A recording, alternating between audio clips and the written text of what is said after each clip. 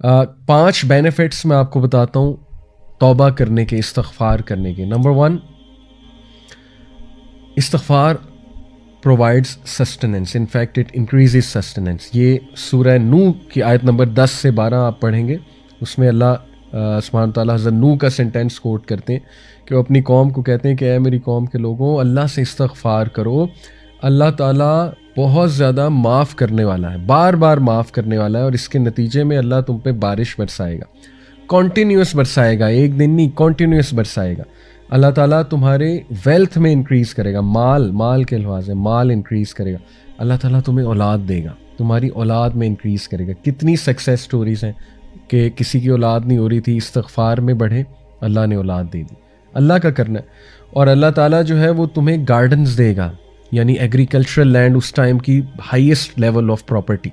اور اللہ تعالیٰ جو ہے ریورز کھول دے گا، نہریں کھول دے گا تمہارے لیے. یہ پہلا بینیفٹ استغفار کا.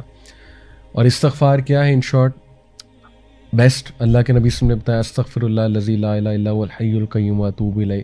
سید الاستغفار آپ حسن المسلم میں اگر یہ پڑھیں گے، اللہم انت ربی لا الہ الا انت خلقتنی وانا عبدک وانا علی عہدک ووعدک ما استطعت.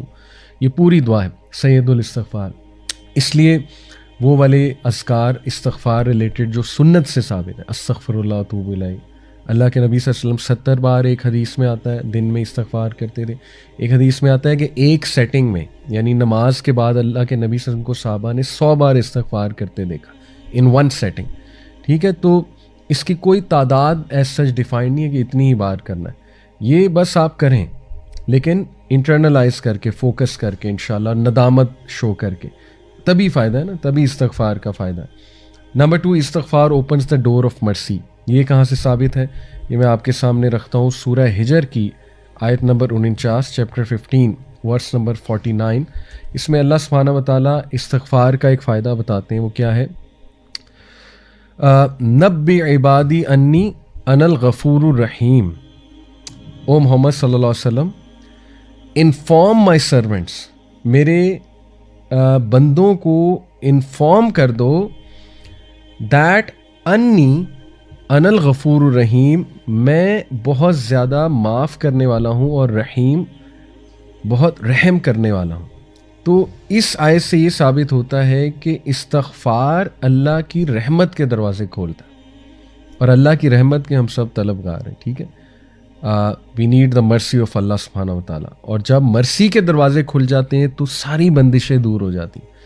آج کل سبحان اللہ لوگ کہتے ہیں ہم پہ بندش ہے، ہمارا رشتہ نہیں ہو رہا، اس کے آگے کوئی بندش ہے، یعنی ہماری جاب نہیں لگ رہی، اس کے آگے میں بھی کوئی بندش ہے. واٹ از بندش؟ سب اللہ کے ہاتھ میں.